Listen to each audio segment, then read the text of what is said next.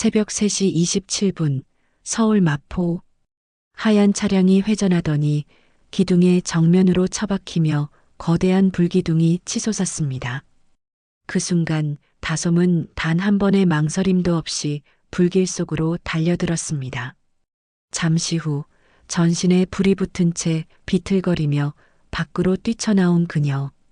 그 절규와 발걸음, 새벽 공기를 갈라놓던 불꽃까지.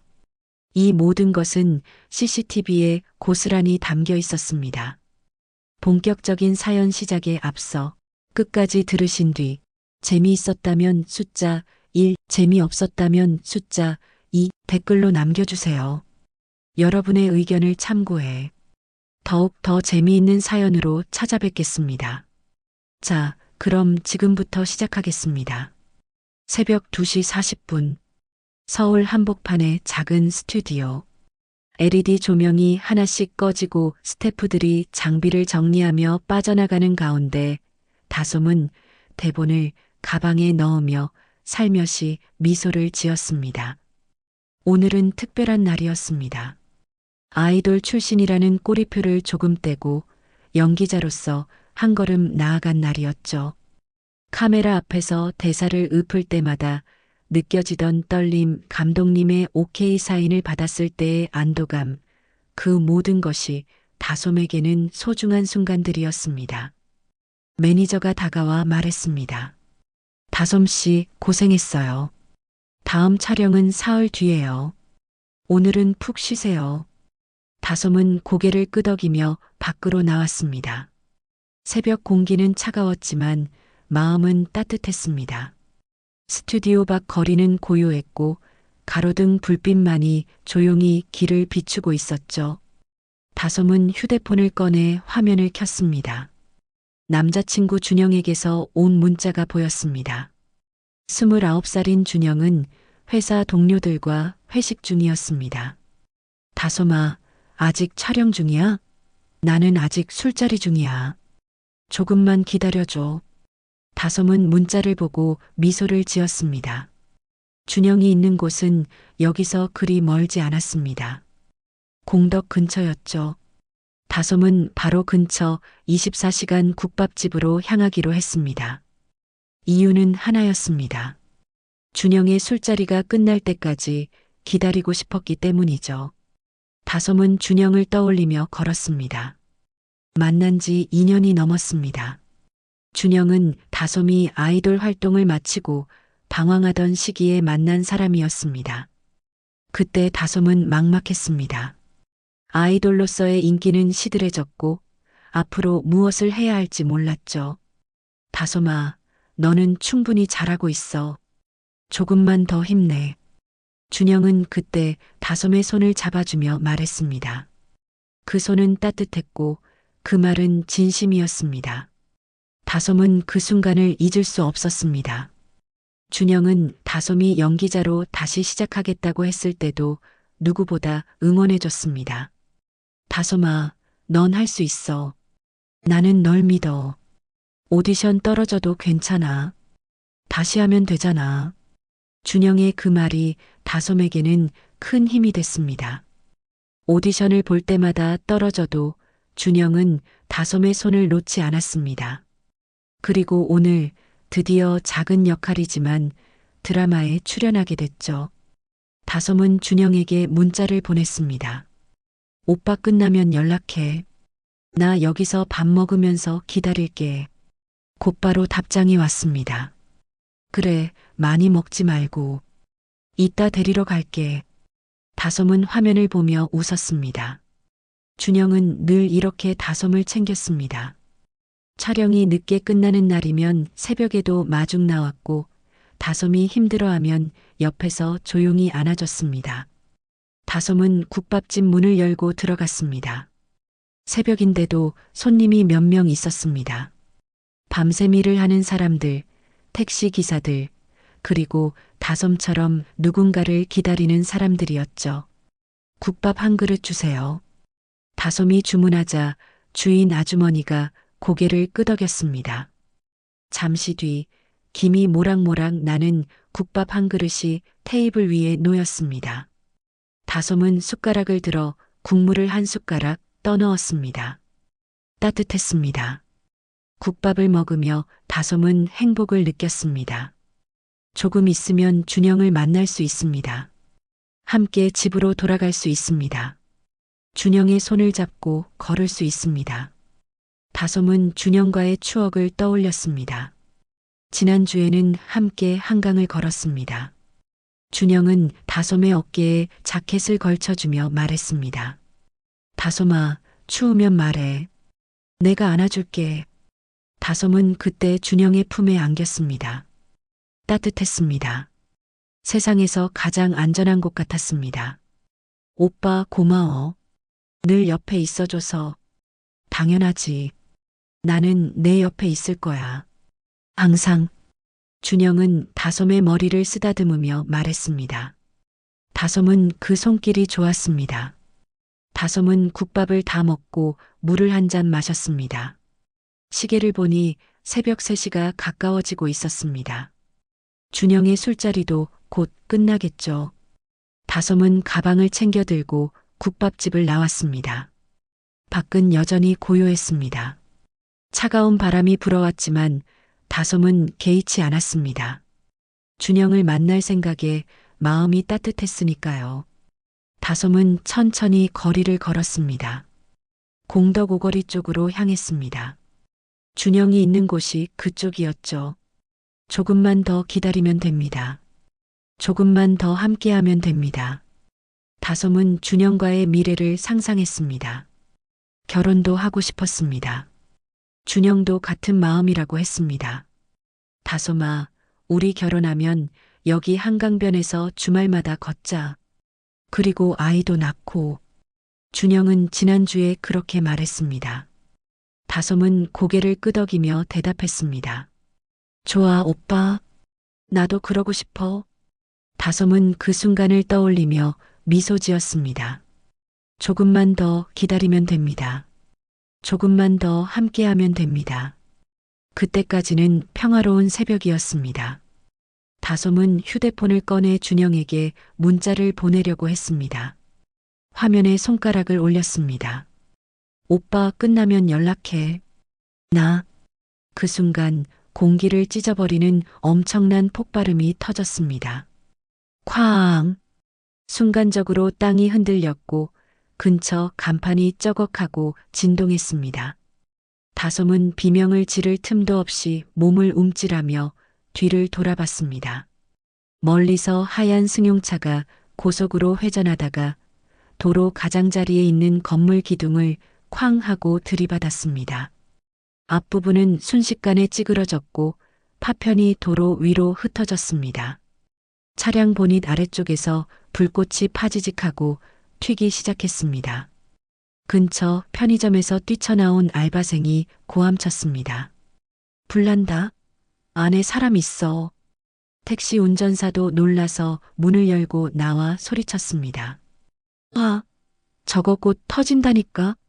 하지만 다솜의 귀에는 그 모든 소리가 멀리서 들리는 잡음처럼 희미하게 울렸습니다. 다솜의 시선은 단 하나, 차량 앞 번호판에 고정되어 있었습니다. 헤드라이트 장광 속에서 선명히 보이는 그 숫자들. 준영의 차였습니다. 다솜의 손에서 휴대폰이 미끄러져 떨어져 바닥에 딱 하고 깨졌습니다. 입술이 파르르 떨리고 다리는 힘이 풀려 흔들렸습니다. 오빠, 숨이 제대로 들어오지 않았습니다. 가슴이 조여오고 머릿속이 새하얘졌습니다. 다솜은 본능적으로 두세 걸음 앞으로 내디뎠습니다. 그때 차량 내부에서 첫 번째 폭발이 터졌습니다. 펑! 화염이 굉음과 함께 치솟으며 유리 파편이 사방으로 튀어나갔습니다. 근처 사람들은 다들 비명을 지르며 뒤로 도망쳤습니다. 뒤로 물러가. 더 터진다. 그러나 다솜만은 물러서지 않았습니다. 오히려 한 발 더 나아갔습니다.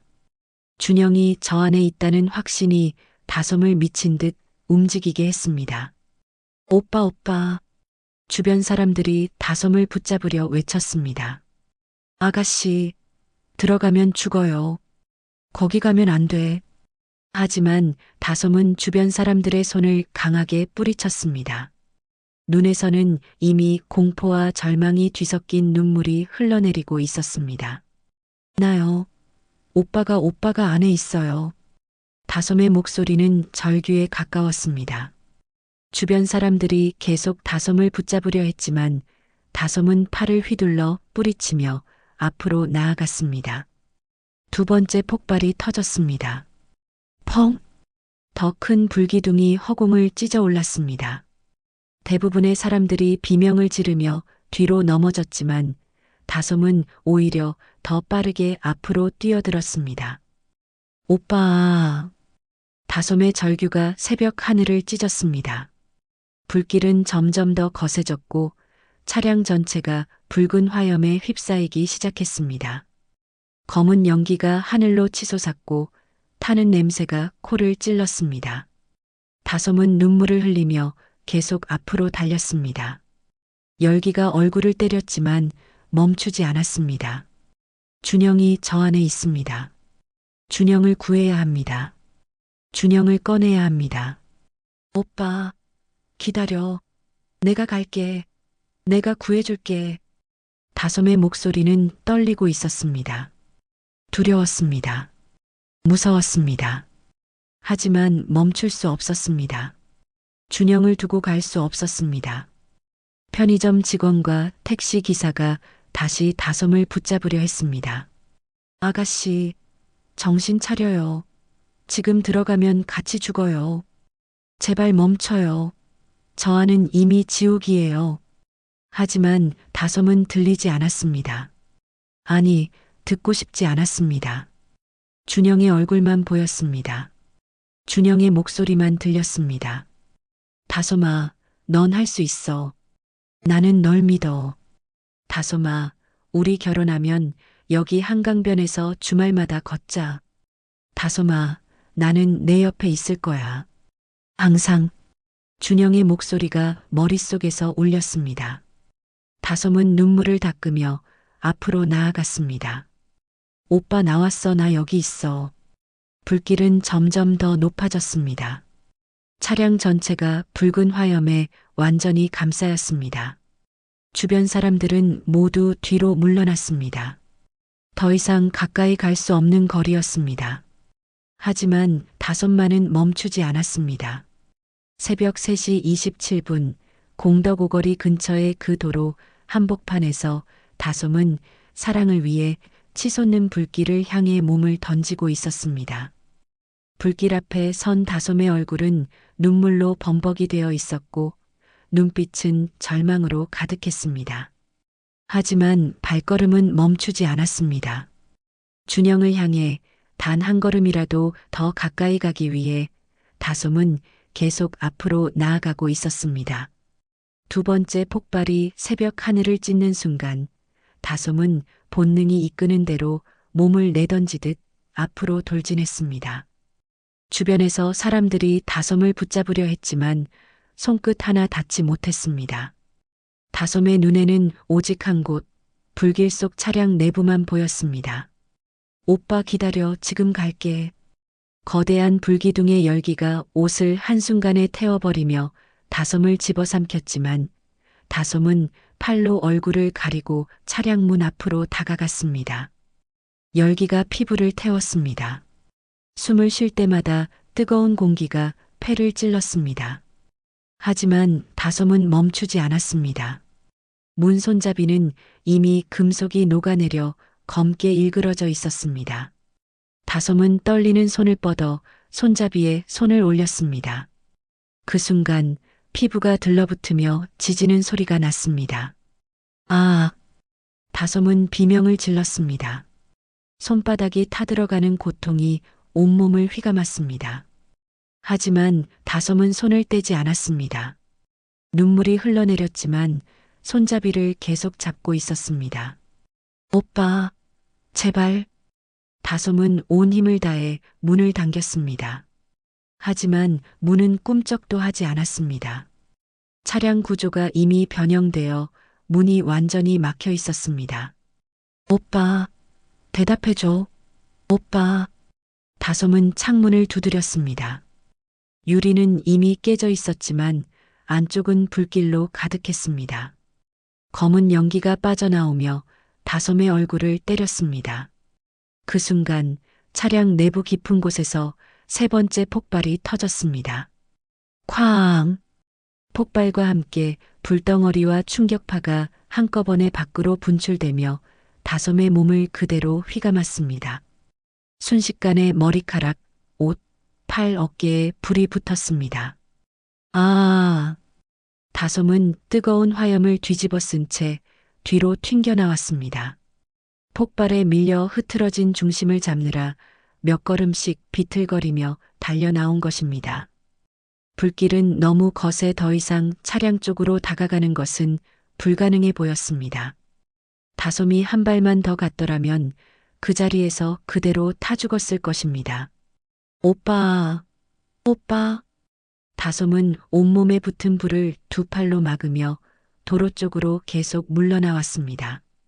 옷이 불에 녹아 살과 달라붙었습니다. 머리카락이 바람에 타들어가는 냄새가 났습니다. 피부가 타는 고통은 상상을 초월했습니다. 근처에 있던 사람들이 정신을 차리고 다솜에게 달려왔습니다. 물 가져와. 젖은 걸래. 빨리. 편의점과 식당에서 사람들이 뛰어왔습니다. 누군가는 물병을 들고 왔고 누군가는 젖은 수건을 들고 왔습니다. 사람들은 다솜의 몸에 붙은 불을 덮고 껐습니다. 아가씨, 움직이지 마요. 불 먼저 끄고 생각해요. 사람들의 손길이 다솜의 몸을 감쌌습니다. 불이 꺼졌지만 다솜의 피부는 이미 심하게 타 있었습니다. 팔과 어깨, 등 전체가 붉게 부풀어 올랐고 곳곳이 검게 변해 있었습니다. 불이 거의 꺼지자 다솜은 다시 몸을 돌려 불타는 차량 쪽으로 달려가려 했습니다. 오빠한테 가야. 다솜은 비틀거리며 일어나려 했습니다. 하지만 다리에 힘이 풀려 제대로 서지 못했습니다. 그러나 사람들이 울부짖으며 다솜을 붙잡았습니다. 안 돼요. 지금 들어가면 죽어요. 차 안은 이미 지옥이야. 제발, 잡아. 다시 못 가게 잡아. 5명, 6명의 사람들이 다솜을 붙잡았습니다. 다솜은 필사적으로 몸을 빼내려 했지만 전신 화상으로 힘이 빠져 버티지 못했습니다. 나요, 나달라고요. 오빠가 저기 있어요. 다솜의 목소리는 점점 약해졌습니다. 눈물이 멈추지 않았습니다. 타버린 피부 위로 눈물이 흘러내렸고 그 고통은 말로 표현할 수 없었습니다. 다솜은 두어 걸음 더 뒤로 물러났다가 마지막 남은 힘으로 손을 뻗었습니다. 오빠 내가 왔어. 다솜의 손은 허공을 향해 떨리고 있었습니다. 불길 속 차량을 향한 손이었습니다. 준영을 향한 손이었습니다. 다솜의 무릎이 힘없이 꺾이며 도로 위에 쓰러졌습니다. 바닥과 부딪힌 충격에 몸에 붙은 불이 하나둘씩 꺼져갔습니다. 피부 곳곳은 벌겋게 부풀어 오르고 어깨와 팔은 이미 검게 타 있었습니다. 옷은 거의 다 타버렸고 머리카락도 반쯤 타버린 상태였습니다. 다솜은 바닥에 쓰러진 채 여전히 차량을 바라보고 있었습니다. 눈은 반쯤 감겨 있었지만 시선은 불길 속 차량을 향하고 있었습니다. 오빠 미안해, 내가 못 구했어. 다솜의 입술이 간신히 움직였습니다. 목소리는 거의 들리지 않았습니다. 새벽 3시 30분, 공덕오거리 근처의 넓은 도로 한복판에서 다솜은 마지막까지 불타는 차량을 바라보며 천천히 의식을 잃어갔습니다. 다솜이 본 마지막 장면은 불길 속에서 흔들리던 준영의 그림자였습니다.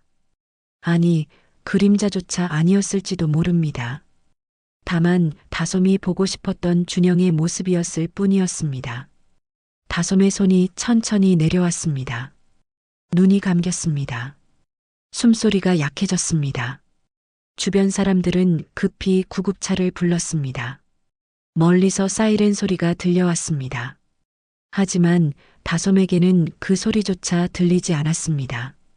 다솜은 깊은 어둠 속으로 빠져들고 있었습니다. 새벽 4시 공덕오거리 근처 도로는 여전히 폴리스 라인으로 둘러막혀 있었습니다. 타버린 차량은 금속 틀만 남아 있었고 불길의 흔적은 도로 위까지 검게 번져 있었습니다. 소방대원들은 장비를 정리하면서도 구겨진 차량을 바라보며 한숨을 삼켰습니다. 대원들의 시선에는 피곤함이 아니라 충격이 서려 있었습니다. 그만큼 사고는 끔찍했습니다. 이거 완전히 타버렸네. 안에 사람이 5명이었다고? 5명? 그래. 전부 확인됐어. 생존자는 없어. 소방대원들의 목소리는 무거웠습니다. 차량 내부는 형체를 알아볼 수 없을 정도로 타버렸습니다. 좌석도 핸들도 모든 것이 검게 변해 있었습니다. 그 시간 구급차 안에서는 다솜이 산소 마스크에 의존한 채 위태로운 숨을 이어가고 있었습니다. 의식은 돌아오지 않았고 전신 80% 화상으로 피부는 붉게 부풀고 검게 탄 자국이 뒤섞여 있었습니다. 환자 의식 없음. 혈압 계속 떨어집니다. 구급대원의 목소리가 떨렸습니다. 빨리. 병원까지 얼마나 남았어? 5분. 5분이면 도착합니다. 구급대원들은 다솜의 상태를 계속 체크했습니다. 맥박은 약했고 호흡은 불규칙했습니다. 언제 심정지가 올지 모르는 위급한 상황이었습니다. 병원에 도착하자마자 의료진은 다솜을 들것째 수술실로 가져갔습니다. 전신 80% 화상입니다. 기도 손상 의심, 즉시 수술 준비. 보호자 연락됐나요? 간호사가 물었습니다. 아직입니다. 신원 확인 중입니다.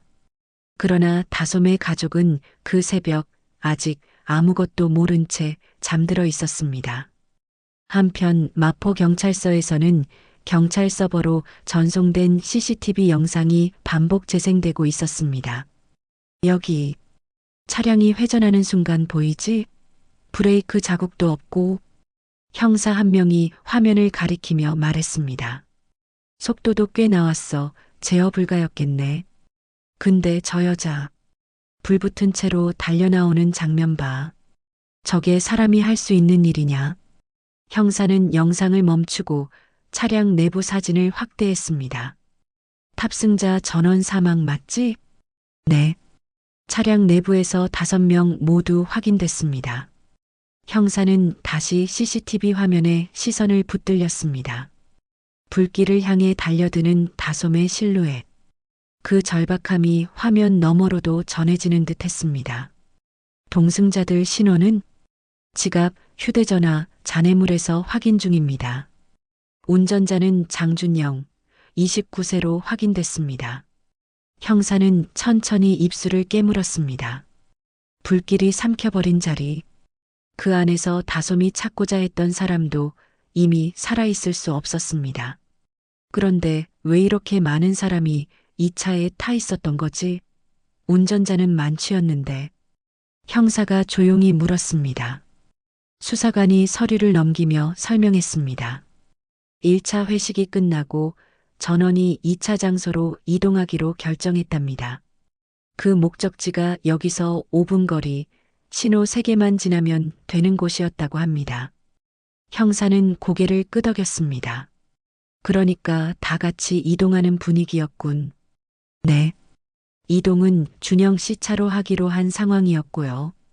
그래서 5명 모두 이미 차에 탑승한 상태였습니다. 대리를 부르고 차 안에서 기다리고 있었답니다. 그럼 대리는? 새벽이라 계속 실패했습니다. 택시도 안 잡혔고요. 형사는 한참 동안 서류를 내려다보다가 말했습니다. 결국 짧은 거리니까 그냥 가자. 이런 분위기였겠네. 그런 것 같습니다. 회의실은 무거운 침묵에 빠졌습니다. 누구도 쉽게 말을 꺼내지 못했습니다. 아침 6시가 되자 전국 방송국들이 일제히 속보를 띄웠습니다. 속보입니다.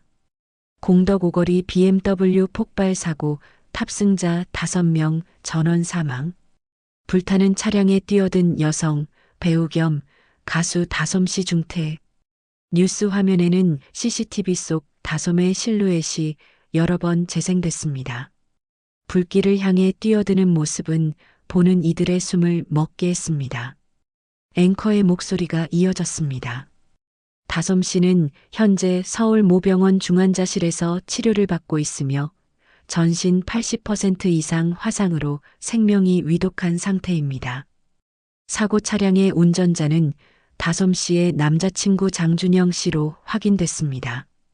인터넷은 순식간에 들끓었습니다. 저렇게 뛰어들었다고? 남자친구 차라던데. 왜 5명이 타 있었던 거지? 대리 불렀어야지 왜? 댓글이 폭주했고 기사는 계속 올라왔습니다. 포털 사이트 실시간 검색어 1위부터 10위까지 모두 이 사고 관련 단어들이었습니다. 다솜, 공덕오거리 사고, BMW 폭발, 장준영, 불길 속으로. 새벽 사건은 순식간에 전국적인 관심으로 번지고 있었습니다. 병원 응급실 앞에서는 기자들이 몰려들기 시작했습니다. 카메라가 설치되고 마이크가 준비되고 리포터들이 대기했습니다.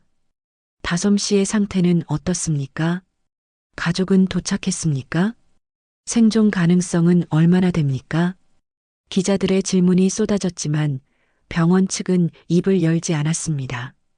현재 수술 중이며 더 이상의 정보는 드릴 수 없습니다. 병원 관계자의 짧은 답변뿐이었습니다.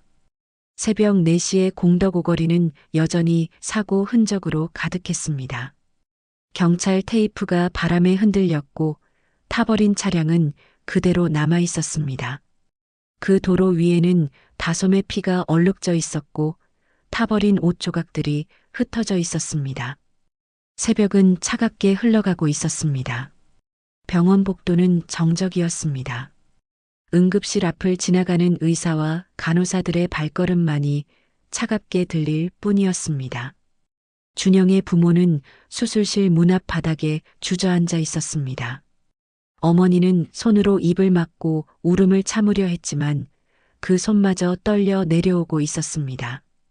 새벽 5시 병원에서 연락을 받고 달려온 준영의 부모는 아직도 믿을 수 없다는 표정이었습니다.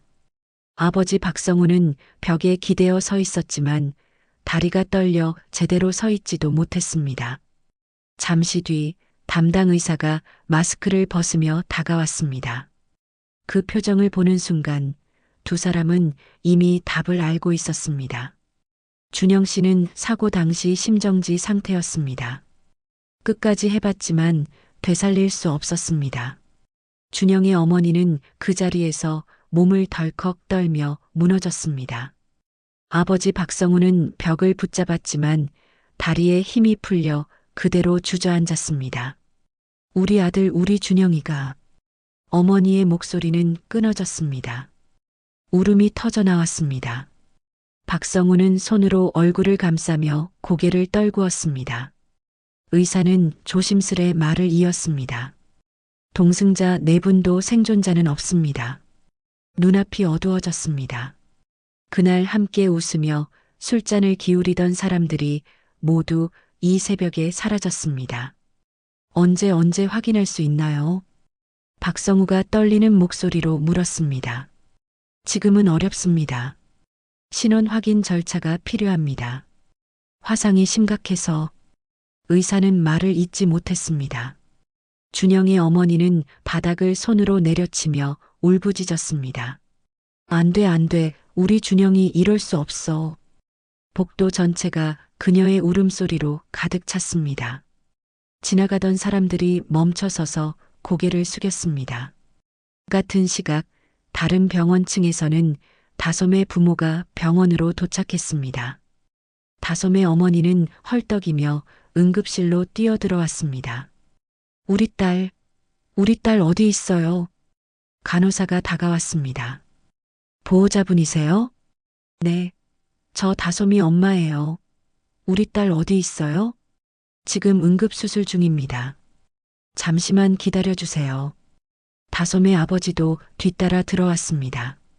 얼굴은 창백했고 손은 떨리고 있었습니다. 어떻게 된 거예요? 우리 딸이 왜? 담당 의사가 나와 설명했습니다. 따님은 전신 80% 이상 화상입니다. 현재 쇼크 상태가 심각합니다. 위독합니다. 의사의 말이 끝나자 다솜의 어머니는 바닥을 손으로 내려치며 울부짖었습니다. 우리 딸 어떻게 이런 일이. 아버지는 고개를 들지 못했습니다. 무릎이 꺾이며 의자에 주저앉았습니다. 누가 우리 애를 이렇게 만들었어요? 어머니의 목소리는 절규에 가까웠습니다. 의사가 조심스럽게 말했습니다. 사고 현장 목격자들 진술에 따르면 따님이 불타는 차량으로 뛰어들었다고 합니다. 뭐라고요? 불타는 차로? 아버지가 고개를 들었습니다. 네. 차량 안에 따님의 남자친구분이 계셨던 것 같습니다. 다솜의 어머니는 두 손으로 얼굴을 감싸며 흐느꼈습니다. 우리 딸이 그 아이 때문에.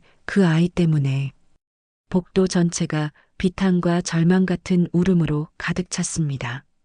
수술실 앞 의자에는 두 가족이 떨어져 앉아 있었습니다. 준영의 부모와 다솜의 부모. 한쪽은 아들을 잃었고 한쪽은 딸이 생사의 갈림길에 서 있었습니다. 시간이 흘렀습니다. 새벽 6시가 넘어가고 있었습니다. 준영의 어머니가 천천히 일어났습니다. 그리고 다솜의 부모 쪽으로 걸어갔습니다. 박성우가 아내를 붙잡으려 했지만 어머니는 고개를 저었습니다. 다솜의 부모 앞에 선 준영의 어머니는 고개를 숙였습니다. 죄송합니다. 다솜의 어머니가 고개를 들었습니다. 눈은 붉게 부어 있었습니다. 우리 아들이 우리 준영이가 다솜 양을 이렇게 만들어서 정말 죄송합니다. 준영의 어머니는 떨리는 목소리로 말했습니다. 다솜의 어머니는 한참을 말없이 준영의 어머니를 바라보다가 고개를 돌렸습니다. 가세요. 죄송합니다. 정말 죄송합니다. 준영의 어머니는 몇 번이고 고개를 숙였습니다. 박성우도 함께 고개를 숙였습니다. 그러나 다솜의 부모는 아무 말도 하지 않았습니다. 다만 고개를 돌린 채 수술실 문만 바라보고 있었습니다. 준영의 부모는 천천히 돌아섰습니다. 복도를 걸어가는 두 사람의 뒷모습은 너무나 무거워 보였습니다. 다솜의 아버지가 조용히 말했습니다. 우리 딸 살아날 수 있을까? 어머니는 대답하지 않았습니다. 다만 손을 모아 기도했습니다. 제발 살려주세요. 우리 딸 제발. 수술실 불빛은 여전히 켜져 있었습니다. 수술은 계속되고 있었습니다. 복도 창문 너머로 동이 트기 시작했습니다. 새벽은 끝나가고 있었습니다. 하지만 두 가족에게는 가장 긴 밤이었습니다. 준영은 이미 이 세상 사람이 아니었고 다솜은 생사의 갈림길에 서 있었습니다. 아침 7시 수술실 문이 열렸습니다. 의사가 나왔습니다. 다솜의 부모가 벌떡 일어났습니다.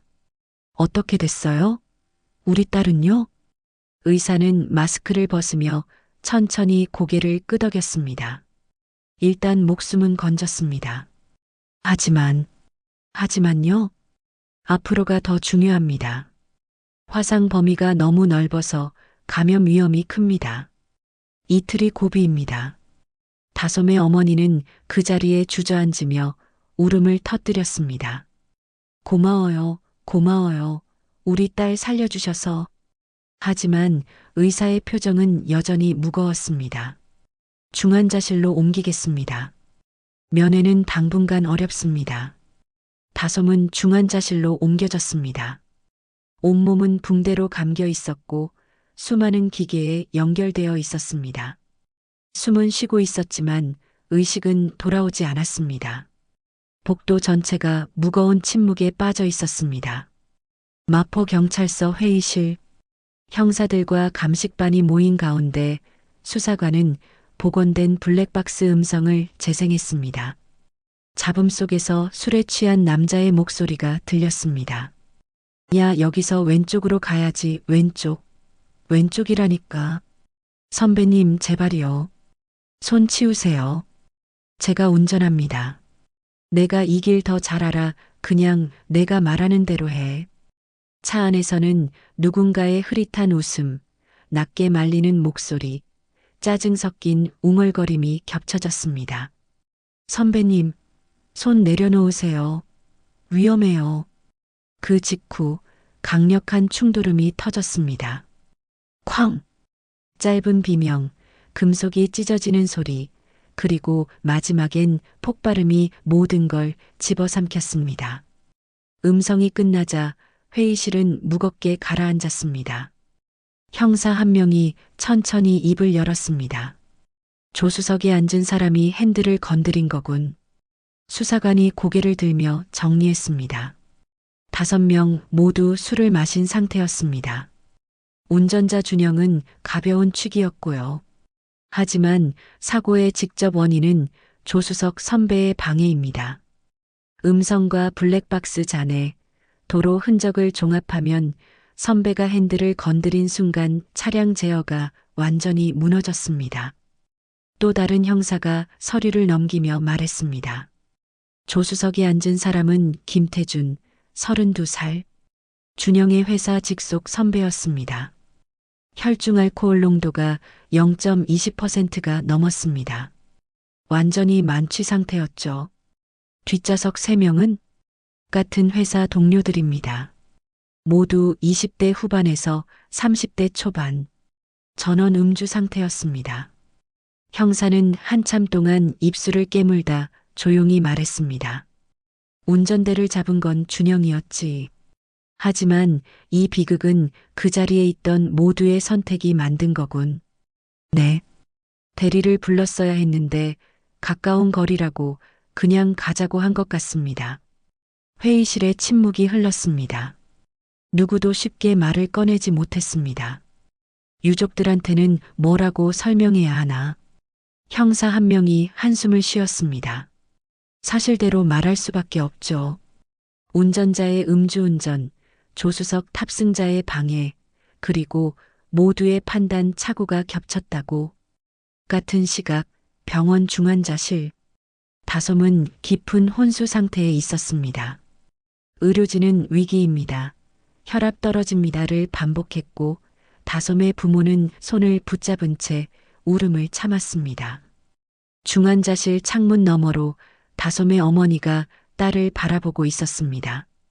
온몸이 붕대로 감긴 다솜의 모습은 차마 눈뜨고 볼 수 없을 정도였습니다. 우리 딸 제발 깨어나. 어머니는 유리창에 손을 대고 속삭였습니다. 그러나 어둠 속에서 다솜은 희미한 목소리를 들었습니다. 다솜아 미안해. 살아 제발 살아. 마치 준영의 목소리처럼 귓가에 파고드는 환청. 짙게 깔린 어둠 속에서 다솜은 작은 숨을 몰아쉬며 속삭였습니다. 나 살아야 해. 그 말은 거의 들리지 않을 만큼 미약했지만 다솜이 처음으로 죽음으로부터 몸을 돌린 순간이었습니다.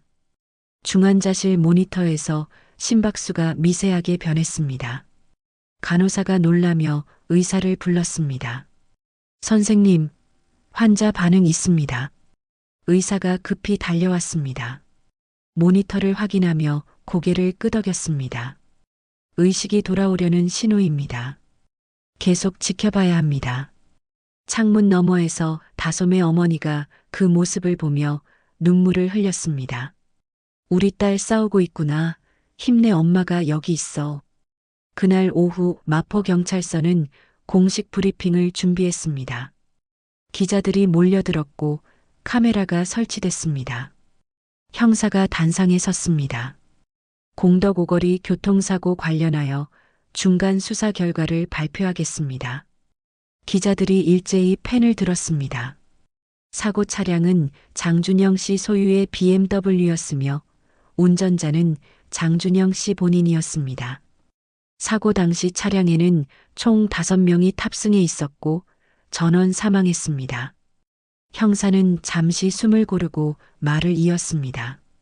블랙박스 분석 결과 운전자는 음주 상태였으나 수치는 낮았습니다. 그러나 조수석 탑승자가 만취 상태에서 운전을 방해한 것이 사고의 직접적 원인으로 확인됐습니다. 기자들이 곧바로 손을 들었습니다. 조수석 선배가 핸들을 건드린 게 맞습니까? 네, 블랙박스 음성과 도로 흔적을 종합하면 그렇습니다. 그렇다면 가해자는 누구입니까? 이번 사고는 한 사람의 책임이 아닙니다. 술을 마신 상태에서 2차 이동을 선택했고 모두가 차량에 탑승했고 운전대를 잡은 것도 장준영 씨였습니다. 동시에 조수석 선배의 만취 상태와 방해가 직접적 원인이 된 것도 사실입니다. 형사는 천천히 말을 이었습니다. 여러 선택과 잘못이 겹쳐 만들어진 비극 그렇게 보시면 됩니다. 기자석이 조용해졌습니다. 누군가 가슴 아프네하고 중얼거렸습니다.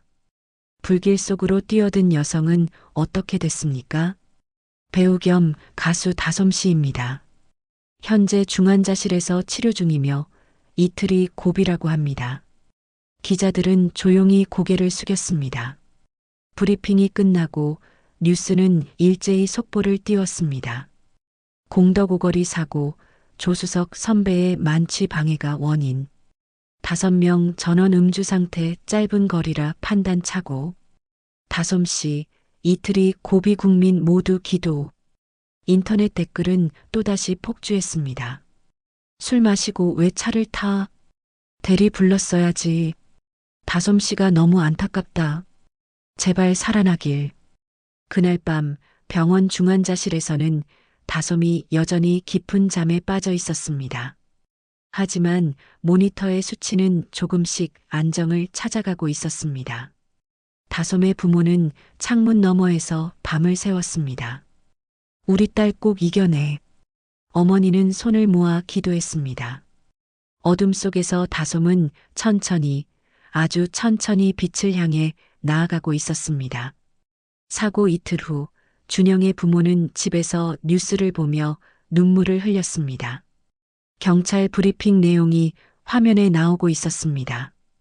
블랙박스 음성이 공개되면서 조수석 선배가 핸들을 건드린 사실이 명확히 드러났습니다. 하지만 운전대를 잡은 것은 준영이었고 술을 마신 상태에서 차를 몰기로 선택한 것도 준영이었습니다. 우리 아들이 운전을 했구나, 술을 마시고. 준영의 어머니는 고개를 떨구었습니다. 박성우는 텔레비전을 끄고 창밖을 바라봤습니다. 아들의 얼굴이 떠올랐습니다.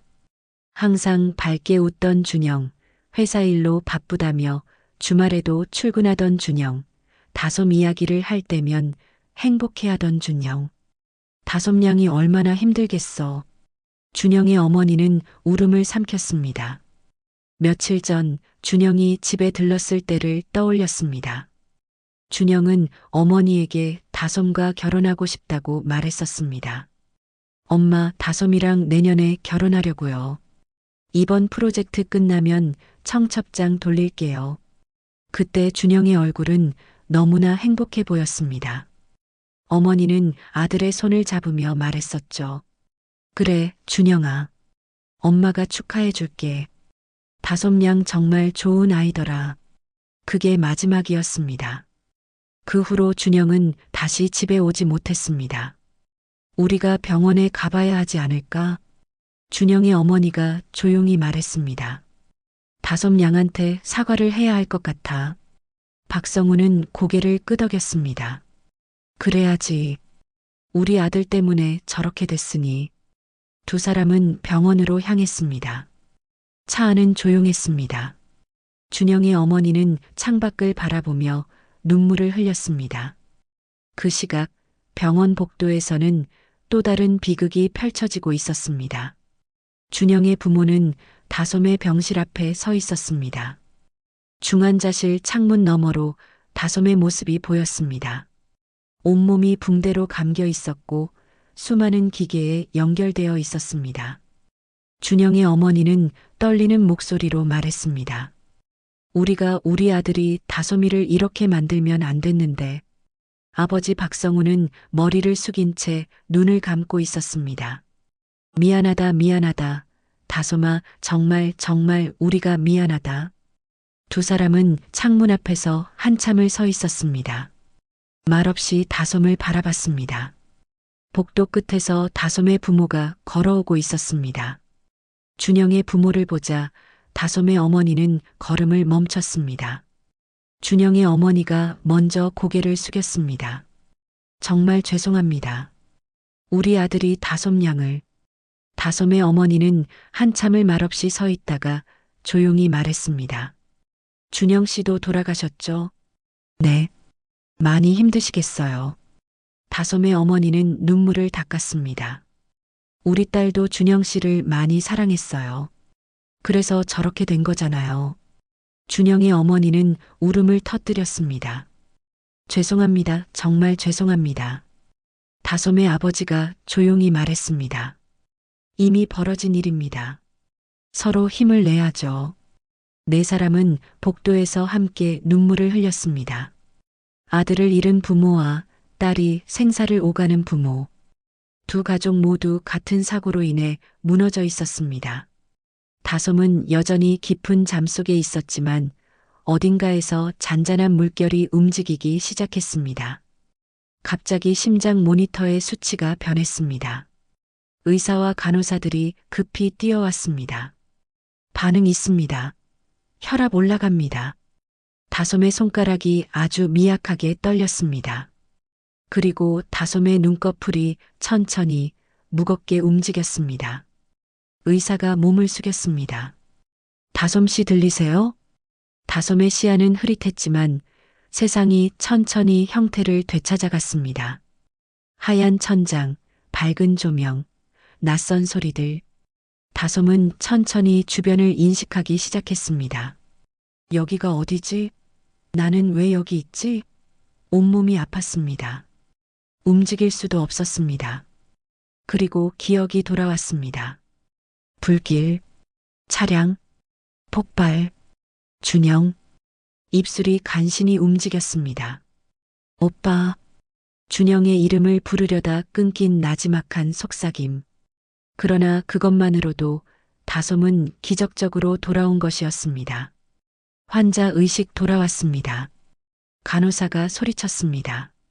복도에서 대기하던 다솜의 부모가 급히 달려왔습니다. 우리 딸 깨어났어요? 의사가 고개를 끄덕였습니다. 네. 의식이 돌아왔습니다. 하지만 아직 안정적이지 않습니다. 조금만 기다려주세요. 다솜의 어머니는 창문에 손을 대고 울었습니다. 다솜아, 엄마야, 엄마 목소리 들려? 다솜은 천천히 고개를 돌렸습니다. 창문 너머로 어머니의 모습이 흐릿하게 보였습니다. 입술이 다시 움직였습니다. 엄마. 그래, 다솜아. 엄마 여기 있어. 아빠도 있어. 다솜의 눈에서 눈물이 흘러내렸습니다. 붕대 사이로 눈물이 스며들었습니다. 준영의 부모는 울음을 삼키며 서로의 손을 붙잡았습니다. 비극의 중심에서 아주 작은 희망의 불씨가 피어오르고 있었습니다. 의사가 다솜에게 조심스럽게 물었습니다. 다솜 씨, 어디 아픈 곳 있으세요? 다솜은 대답하지 못했습니다. 온몸이 아팠습니다. 숨을 쉴 때마다 고통이 밀려왔습니다. 천천히 쉬세요. 괜찮습니다. 이제 안전해요. 의사의 목소리는 부드러웠습니다. 다솜은 천장을 바라보며 생각했습니다. 준영은 어디 있을까? 준영은 살았을까? 불길 속에서 준영을 보지 못했습니다. 문을 열지 못했습니다. 준영을 구하지 못했습니다. 입술이 떨렸습니다. 준영 오빠는. 의사와 간호사들은 서로 눈빛을 교환했습니다. 다솜의 어머니는 창문 너머에서 고개를 저었습니다. 아직 말하지 말라는 신호였습니다. 의사가 조심스럽게 말했습니다. 지금은 다솜 씨 건강이 먼저입니다. 천천히 회복하면서 이야기하겠습니다. 다솜은 눈물을 흘렸습니다. 이미 알고 있었습니다. 준영이 살아있지 않다는 것을, 그 불길 속에서 살아남을 수 없었다는 것을. 죄송해요. 제가 못 구했어요. 다솜의 목소리는 떨리고 있었습니다. 다솜의 어머니는 창문에 이마를 대고 울었습니다. 아니야, 다솜아. 내 잘못이 아니야. 넌 최선을 다했어. 다솜은 눈을 감았습니다. 눈물이 계속 흘러내렸습니다. 중환자실은 조용했지만 그 안에는 슬픔과 고통, 그리고 작은 희망이 함께 있었습니다. 준영의 부모는 복도에서 천천히 발걸음을 옮겼습니다. 아들은 돌아오지 않았지만 다솜은 살아났습니다. 그것만으로도 작은 위로였습니다. 박성우가 조용히 말했습니다. 우리가 다솜 양 회복에 도움이 될 수 있으면 좋겠소. 준영의 어머니는 고개를 끄덕였습니다. 그래야죠. 준영이가 그렇게 사랑했던 아이잖아요. 두 사람은 복도를 걸어 나갔습니다.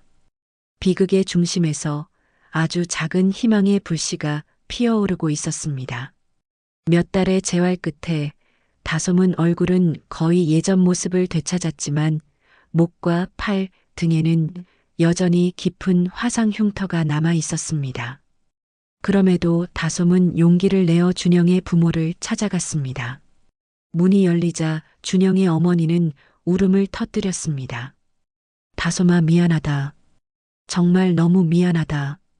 다솜은 잠시 눈을 감았다가 고개를 저었습니다. 어머니, 괜찮아요. 저는 이제 괜찮아지고 있어요. 준영의 아버지는 말없이 다솜의 손을 감싸며 떨리는 목소리로 말했습니다.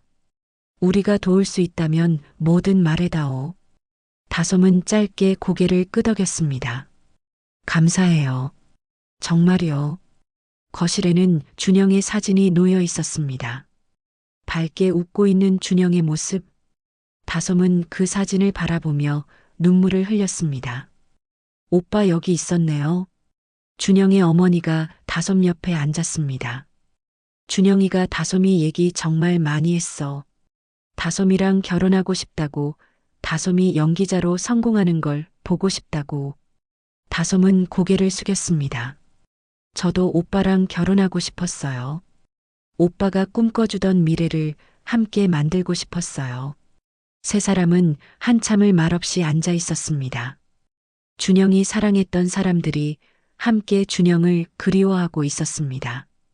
준영의 아버지가 조심스럽게 물었습니다.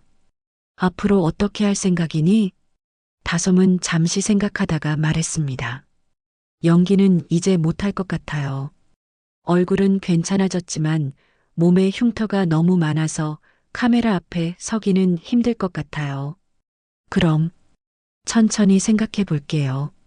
아직은 잘 모르겠어요. 다솜은 솔직하게 말했습니다. 준영의 어머니가 다솜의 손을 잡았습니다.